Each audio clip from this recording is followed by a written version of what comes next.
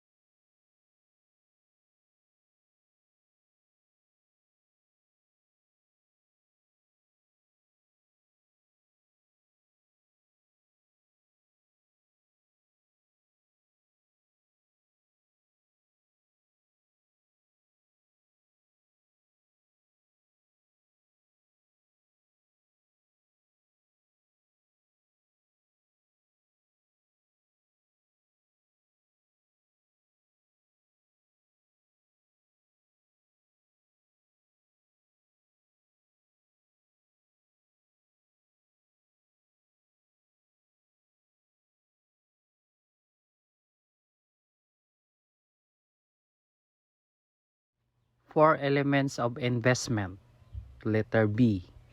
Yield, safety, leverage, and control. The revenue derived from the use of land, building, and the factors thereto. Economic rent. Mode of productions of realty development either in subdivision, memorial parks, or condominium. Investing. Refers to return of initial amount of invested, return of capital. Income, population, based on reference prices and petitions and prices of related good are factors that determine the schedule of various quantities of commodities. Pag naaga ni schedule of various of quantities of commodities, which buyer are willing and able to purchase at the given price, time, and place. Demand na siya. Primary data refers to data that have direct impact on value. Refers to the profit generated from the investment. Return on capital, net expenses. This type of inflation occurs when the demand for goods and services excess supply. This based on the law of supply and demand. Pag naaga ni inflation and demand, kuan na siya,